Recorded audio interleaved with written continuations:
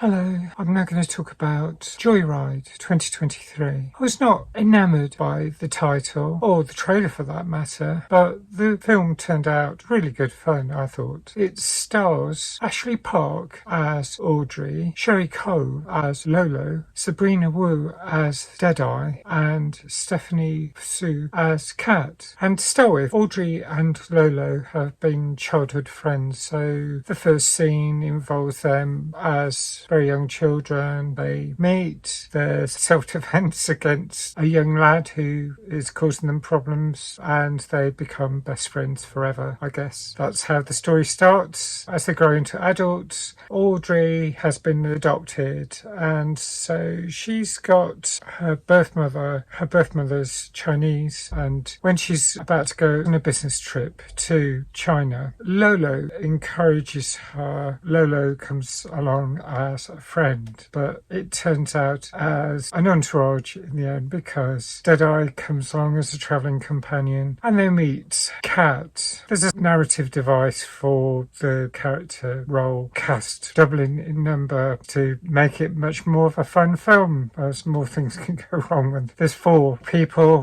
who don't all necessarily get on with each other. They've got their own particular traits and quirks, and I kind of got to like them all. But I suppose one thing I didn't particularly like from the trailer was when they start singing a song and they use terms that seem a bit outdated, but the whole concept I did like. What happens is Audrey stresses to Lolo that she's on a business trip. This is not something to get messed up. Sure, they can have some leisure time as well, but her prime focus needs to be this meeting where she needs to clinch a deal. Of course, things do not go to plan. There probably wouldn't be a film if they did. So they're in Beijing, and because Lolo has persuaded Audrey to find out about her birth mother, it seems a sensible decision, because it seems part of Chinese business tradition that it's good practice to know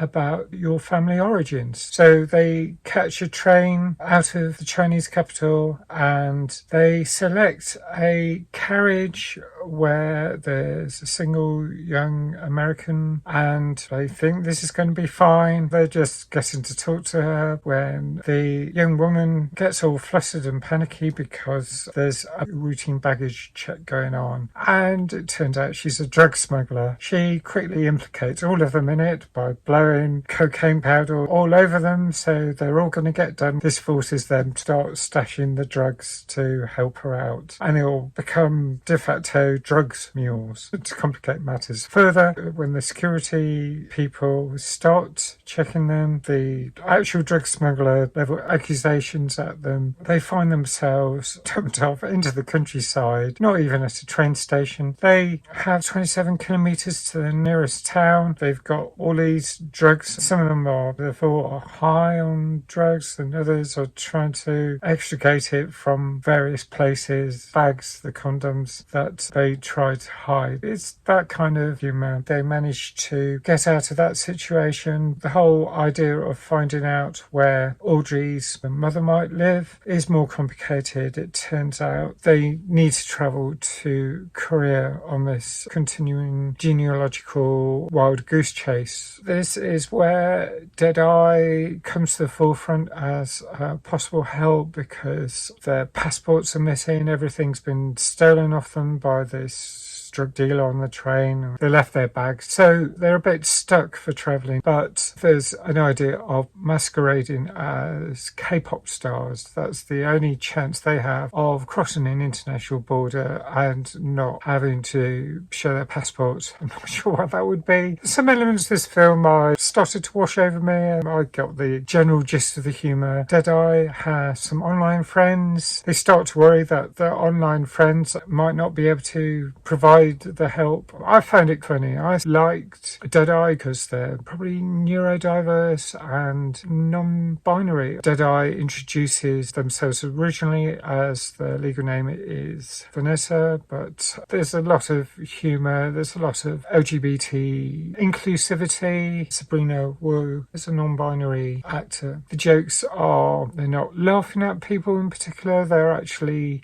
celebrating the differences. When the differences do occur between them, it's more about the rifts that happen because of other circumstances. And I like that. There's plenty of humour, especially from the 20th century. It's laughing at LGBTQ people and so on. Include people, include all those different aspects. I think we need to celebrate and get on with each other. There's also a few poignant moments woven into the narratives. There's a few moments about family, and I think that really appeals. Learning about adoptive family matters, very touching again, and I thought that really helped. Well, it's a lot of smutty, drug-based humour, a lot of sexual innuendo. Some of it perhaps doesn't appeal, but still, I liked it enough. I laughed along with it, and it's a strong mainstream film like Crazy Rich Asians from that stars American Chinese characters, great comedic actors. The script was funny. The travelogue elements really appealed, I thought, for Korea and China. And so overall, I would give it a really good score because I really enjoyed it. The humour appealed a lot. I'm going to give this